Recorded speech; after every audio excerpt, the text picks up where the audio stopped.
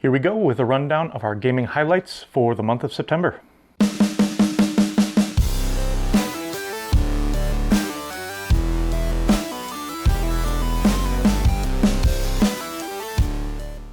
Hey, how's it going, Brew Crew? We made it through September already, and it was another great month of gaming for us here at Beer City Board Games. We attended GrandCon earlier in the month, and that was fantastic, as always. We had the chance to play a lot of new games while we were there. We also had the chance to replay a lot of our favorites, and even some that we can't quite make up our minds about. So I'm going to start off this month's recap talking about the games that we played at GrandCon. First up, we played Three Ring Circus by DeVere. Now, DeVere has a pretty good track record going with me right now. This game is somewhat reminiscent of Castell, where players build a troupe of performers and travel to different locations to put on shows. There's a little bit of area control in the game, but the thing that really sets it apart is the card play. Players can play cards into a tableau on their player board, but they must be kept in numerical order. This creates a good amount of tension in your decisions because the order of the cards can impact how they function. I really like how this game looks for the most part, and the little tent pieces are a great thematic touch, but I will say that the board can look a little overwhelming at first glance, and there are a couple of times where we had some confusion about which region a particular city was in. Overall, though, I think this was a very fun game, and DeVere's streak remains intact for me. Next up, we've got Bad Company from Aporta Games. I'll admit that, generally speaking, I don't tend to care for many of the Machikoro style games, but this one I found pretty enjoyable. The fact that everyone has their own heist cards was a positive for me, and I like the police chase mechanism. I also like how upgrading worked in this game because you still had access to all of the abilities on the previous cards, so if you upgrade a lot, you can feel pretty powerful by the end of the game. I still don't know if this is one I'd add to my collection, but I thought it was a good entry to the genre. We also finally had an opportunity to play Dwellings of Eldervale, which I thought was a great game. It's unfortunate that this one is so difficult to get your hands on because I'd really love to have a copy of this. This is a game that looks very thematic, but is a Euro strategy game through and through. At its heart, it's a worker placement game with unique worker roles and variable player powers. You're trying to accomplish a lot of different things, but one important aspect is moving up the different element tracks, which will score you an increasing amount of points at the end of the game. On top of the great gameplay, the game also looks fantastic on the table. The illustrations and graphic design are very well done, and all of the custom pieces and miniatures are very impressive. The only real negative was that it was a very long game for us, but we also played our learning game at 5 players, so I think that's more on us than any fault of the game. Overall, I really liked it, and I'm really hoping we can see it in stores again someday. Another big game that we had a chance to play at GrandCon was Foundations of Rome from Arcane Wonders. I'll admit that I went into this game very skeptical. It looked like a very overproduced, lightweight game that would be just okay. Don't get me wrong, I still think it's pretty overproduced, but it's also a very good game. In it, we're drafting cards to claim spaces in the city of Rome, which can be upgraded to larger buildings, which can produce money, population, and points. This game lives in a weird space for me where I really like the gameplay, and the game looks fantastic, but it's hard to recommend because the price point is so high for what would typically be considered a gateway game.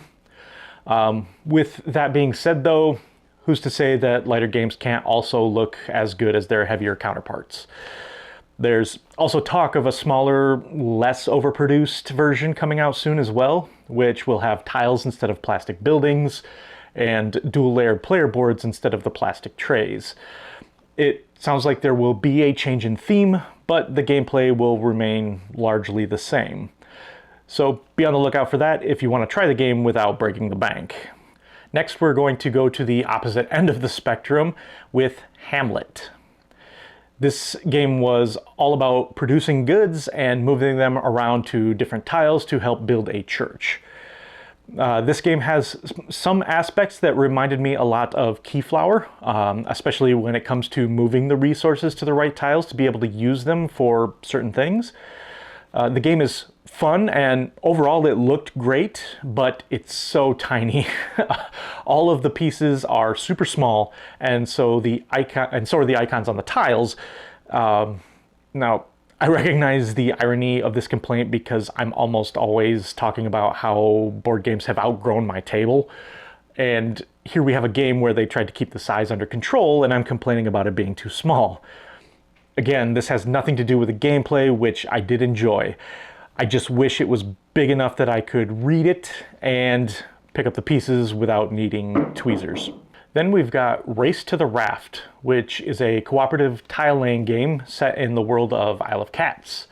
We played this one late one night at GrandCon, and so we played a very basic scenario, which was over really quickly. That particular scenario felt a little unsatisfying, but I thought the game itself was pretty cool. In it, we're trying to get cats from their homes to a raft to escape a wildfire that's burning down the island. We're doing that by playing cards down onto an island that have different colors on them, and we're trying to use those colors to create paths. Each cat is a specific color, and they can only move along paths of the same color. You're trying to get them along the paths all the way down to the raft, but after each turn you have to draw a wildfire tile and place it on the board, and you're trying not to cut off the escape for any of the cats. While the scenario that we played was a very simple one, I could easily see how this game could get very difficult depending on the number of cats or the size of the island map. This is one that I'd like to play again to really get a better feel for. The last game that I wanted to talk about from GrandCon is Lords of Vegas. This is an older game that I've always wanted to try, but had not yet had the chance to play. In it, players are helping to build up the Las Vegas Strip. This game has tons of dice rolling and a lot of luck, although you are able to count on the odds somewhat by looking at which casinos have already paid out. It definitely felt very chaotic, and there were a lot of ups and downs. And although I had a lot of fun playing it, and I'm glad I finally had a chance to, I'm not sure that this is one that I'd be interested in playing again. I can see why some folks would love it, but it's definitely not my type of game. All right, now for some of the games that we played outside of GrandCon. I'm just going to be touching on a few of the highlights and won't be going over every game I played in September, but I'll try to make sure to hit all of the ones that made the biggest impression. I got to play Kalamala again for the first time in a few years, and I was very excited to play this again because I had heard that Alley Cat Games is reprinting it with some beautiful Ian O'Toole art and graphics. Unfortunately, all I've seen so far is the new cover, but I have enough trust in Ian O'Toole to know that I'm going to like the new look. I'm hoping to see a bit of a components upgrade overall, just because the original was very beige and cubes. Kalamala is an action selection game where you're going to place your disc between two actions and take both of those actions. Then anyone else who owns a disc underneath yours will also get to take those actions as well. So you need to be careful not to give your opponents too much. You'll be gathering resources to build ships and trading posts, as well as creating artwork and fine cloths to send out to different monuments and cities. If a fourth disc is ever placed on an action space, the bottom disc is kicked out to the next scoring tile, activating a scoring round and providing a better chance for having the tiebreaker. It's a really clever design with elegant rules, and I can't wait to get my hands on the reprint. We also finally had the chance to play Obsession recently. This is a game that really surprised me with how much I enjoyed it. I'll be honest, I had zero interest in the theme. A game about climbing the social ladder by befriending the haves and dismissing the have-nots really has zero appeal for me. But this is a game where the theme and the mechanics work so well together that it's hard not to appreciate it. It's all about trying to build combos that allow you to invite more and more guests of higher social standing to your functions, which in turn lets you trigger more and more actions. The end of the game, the player who has gained the highest reputation through social connections and activities will be the winner. It took us a second, but once we had it down, the gameplay was very smooth. There could be a bit of downtime between turns as everyone maps out which of their guests is going where, but it didn't make the game drag on at all. Overall, I thought this was a great game, and I'm already looking forward to our next play of it, which we've already got on the calendar. And the final game that we played this month that I wanted to talk about is Twilight Imperium 4th Edition. We are huge fans of this game, and we used to gather once a month to play it. It's probably one of my most played games outside of small card or party games. We don't play it as often as we used to. We're usually now lucky to get in a game a year, but whenever we do, it's an event. We assign out a couple of factions to each player ahead of time so they can research and choose which one they would like to use. Then everyone comes over in the morning and we set up, put out food and drinks, and settle in. I'll echo what many others have said before. It really doesn't feel like it takes as long as it does. The time really seems to fly by. Although I will say that this last game of TI4 that we played was the longest that we have ever played.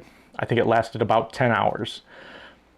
This game has too many mechanisms to list, but that's okay. Where this game really thrives is above the table.